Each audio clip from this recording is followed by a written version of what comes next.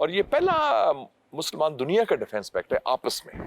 Normally ہم defence packet کرتے ہیں امریکہ کے ساتھ یا وہ کرتے ہیں برطانیہ کے ساتھ یا یورپ کے ساتھ, لیکن آپس میں جو یہ ہے مشترکہ دفاع کے حوالے سے اب یہ بن رہا ہے. پاکستان, ترکی, سعودی عربیہ کی بات ہو رہی ہے, پھر انڈونیشیا بھی آ رہا ہے. اور اس سے پہلے آپ کو یاد ہوگا کہ جب آذربائیجان کی جنگ ہوئی آرمینیا کے خلاف تو پاکستان ترکی نے ان کا ساتھ دیا. تو یہ ایک نئی صورتحال پیدا ہو رہی ہے جو میرے خیال میں بڑی خوش آئند ہے مسلم دنیا کے لیے بھی اور ہمارے علاقائی امن اور اس خطے کے حفاظت کے لیے. آج سے کچھ عرصہ پہلے یہ سننے میں آ رہا تھا کہ ایم بی ایس نے وہاں پر یہ کہنا شروع کر دیا تھا کہ 2030 ویژن کے تحت پاکستان کے بریگیڈ کی اب وہاں پہ ضرورت نہیں رہے گی, اور یہ بھی اس طرح کی باتیں سنی جا رہی تھی.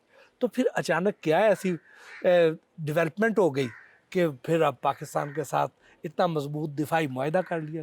اس کی 2-3 ریزنز ہیں, 2-3 وجوہات ہیں. ایک تو یہ ہے کہ اس خطے کی صورتحال بگڑ گئی ہے, اور یہ بات اگر انہوں نے کی تھی تو یہ شاید طوفان الاقصی سے پہلے کی تھی, 7 اکتوبر 2023 سے پہلے. اس کو فلسطین کا معاملہ نہیں تھا, پھر ایران اسرائیل کا جو آگے بڑھا, اور پھر جو ایک نئی ری الائنمنٹ بھی ہو رہی ہے, ان کی یو اے سے بھی کچھ تعلقات خراب ہوئے. اور مجھے بتایا ایران کے سفیر نے کہ کنگ سلمان جو ہے, جو بادشاہ ہیں سعودی عربیہ کے, ایم بی ایس کے والد صاحب, انہوں نے اسپیشل خط بھیجا ایرانی لیڈر کو, رہبر کو, پچھلے سال. اور خط کون لے کے گیا؟ ان کا چھوٹا بیٹا ہے جو ایم بی ایس کا چھوٹا بھائی ہے, اس کو کے بی ایس کہتے ہیں, خالد بن سلمان, جو وزیر دفاع بھی ہے. اور اس خط میں 2-3 باتیں بڑی اہم تھیں. ایک تو انہوں نے, اور ریبر ان کو ملا, ریبر سے 2 لیڈرز کو ملا, ایک پاکستان کی طرف سے جو ہم آئے تھے, ہمارے وزیر اعظم اور فیلڈ مارشل کو, اور پلس کے بی ایس کو. اور انہوں نے کہا کہ جی ایک تو سعودی عربیہ نے کہا کہ ہم حمایت کرتے ہیں کہ ایران کا جو نیوکلیر پروگرام کا مسئلہ ہے وہ سفارتی حل ہونا چاہیے, اور اس کے لیے مذاکرات واحد راستہ ہے امریکہ اور ایران کے درمیان, جو پہلے شاید موقف مختلف تھا. دوسرا انہوں نے کہا کہ جی خدا نہ خواستہ اگر ایران پر حملہ ہوا تو ہم ایران کے ساتھ کھڑے ہوں گے, اور اس جو حملہ کرے گا ان کے ساتھ نہیں, اور اس کی مخالفت کریں گے, اور اپنی سرزمین آپ کے خلاف استعمال نہیں کرنے دیں گے. بہت بڑی بات. دوسرا, تیسری بات جو بڑی اہم کی, انہوں نے کہا جب تک ایک آزاد فلسطینی ریاست نہیں بنتی, اس کا دارالخلافہ یروشلم ہے جو قبلہ اول ہے ہمارا, وہ نہیں بنتا, ہم اسرائیل کو تسلیم نہیں کریں گے. یعنی کہ جو ابراہیم اکارڈز ہیں اس کا ہم حصہ نہیں بنیں گے.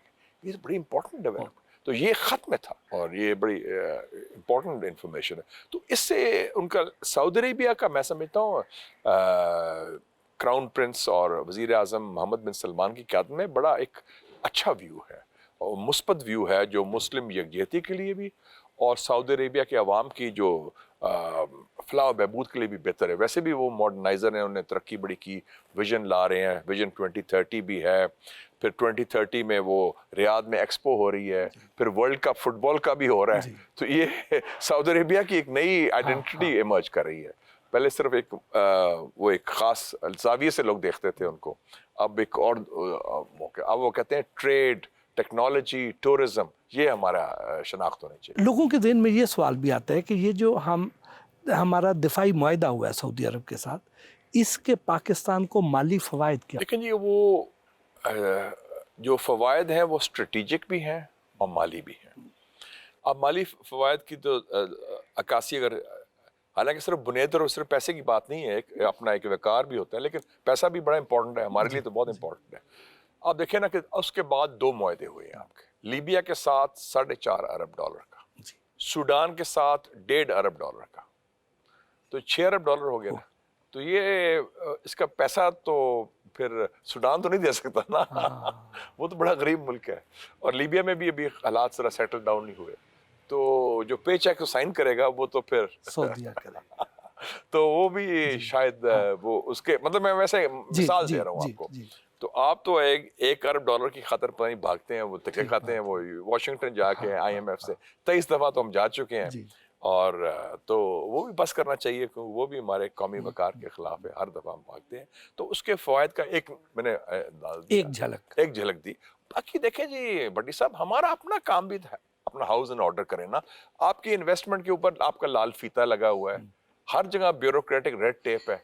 کوئی کام اپنے انویسٹ کرنا ہو تو جی وہ این او سی لو فلانا کرو. آپ ون ونڈو آپریشن بنائیں نا, جیسے دبئی میں ہے یا چین میں ہے, تو ہم بھی وہ انویسٹرز آئیں گے, لیکن آپ ماحول اچھا بنائیں انویسٹرز کے لیے, وہ تیار ہے انویسٹ کرنے کے لیے.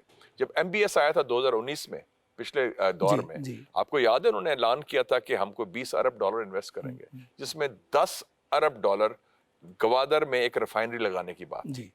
میں نے بعد میں پوچھا سعودی سے, میں کیا بنا یار وہ 10-20 ارب ڈالر, کہتے جی ہم تو تیار ہیں, ہمیں انہوں نے کہا تھا زمین دیں گے, اور دوسرا کہا تھا فیزیبلٹی بیان کریں گے, نہ دونوں نہیں ہوئی.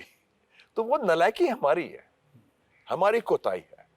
تو ہم اپنا کام تو ٹھیک کریں نا. اگر آپ کو کوئی پیسے دے رہا ہے تو وہ کہے گا یار منیمم ریکوائرمنٹ یہ ہے, تو اب اگر وہ پوری نہیں کر سکتے تو پھر کام نہیں ہماری چلے گا. اب ایس آئی ایف سی جو ہے یہ تو اب خاصی فعال نہیں ہے. میں رزلٹ پر جج کروں گا.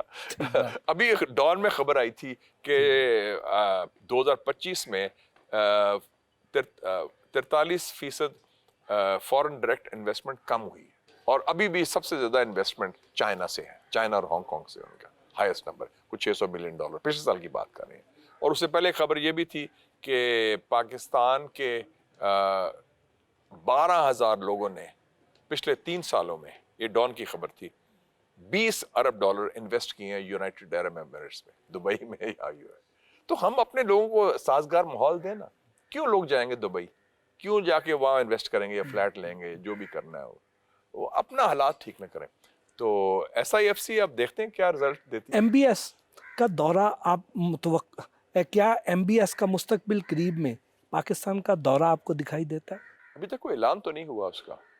ہمارے تو اب ہماری طرف سے دورے بڑے ہوتے ہیں, وہ ہوتے رہتے ہیں, لیکن میرے خیال میں دورے کے علاوہ ہمارے تعلقات بڑے پختہ ہیں. اور جیسے چائنا کا بھی 10 سال میں بھی نیا کوئی دورہ نہیں ہوا, شی جن پنگ کا, صدر کا. وزیر اعظم کے پچھلے سال آئے تھے لی چیانگ, لیکن ہمارے تعلقات میں اس میں کوئی کمی نہیں آئی, گرم جوشی میں بھی اور اس میں پختگی میں بھی, اور وہ قائم و دائم ہے, چاہے چائنا ہو یا چاہے سعودی عربیہ ہو.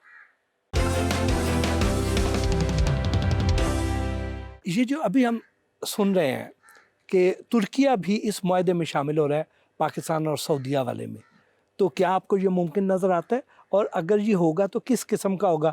ایگزیکٹلی ویسا ہوگا جیسے ہمارا سعودیہ کے ساتھ ہے کہ ایک ملک پر حملہ دوسرے ملک پر حملہ تصور کیا جائے گا, تو کیا یہی معاہدہ وہاں پر بھی ریپلیکیٹ ہوگا ترکیہ کے ساتھ؟ میرے خیال اس کی شکل کوئی اور ہو سکتی ہے, ممکن ہے. کیا شکل ہو سکتی ہے؟ دفاعی پروڈکشن, ڈیفنس پروڈکشن. لیکن اب پاکستان اور ترکیہ جو ہیں یہ بڑے ایڈوانسڈ ہیں دفاعی پیداوار میں. اور بلکہ پچھلے سال میں ترکیہ گیا تھا تو مجھے وہ لے گئے تھے اینکرا, ان کے جو دارالخلافہ ہے, اس کے باہر ایک ہے ٹرکش ایروسپیس انڈسٹریز, جو ان کے جہاز بناتے ہیں, اور ایک فائٹر جہاز بنا رہے ہیں بھٹی صاحب, اس کا نام ہے کان, KAAN, کان فائٹر, بڑا ماڈل. تو سنا ہے کہ اس فائٹر جہاز کی کوئی جو فائنینشیل ایسپیکٹ سعودی عربیہ ہے, ٹیکنیکل ایکسپرٹیز ہماری ہے, مل جل کے کوئی کام ہوگا.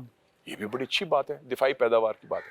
پاکستان, ترکیہ, سعودی عربیہ, اور میں سنا ہے انڈونیشیا بھی انٹرسٹڈ ہے اس میں. تو یہ ایک مثال ہو سکتی ہے. تو اس کی شکل ضروری نہیں کہ جو سعودی پاکستان معاہدے کی ہوئی ہے, اس کی اور شکل ہو سکتی ہے دفاعی تعاون کی. اور اگر دفاعی پیداوار ہے جس میں ٹیکنالوجی آپس میں شیئر کریں, یہ تو بہت اچھی بات ہے.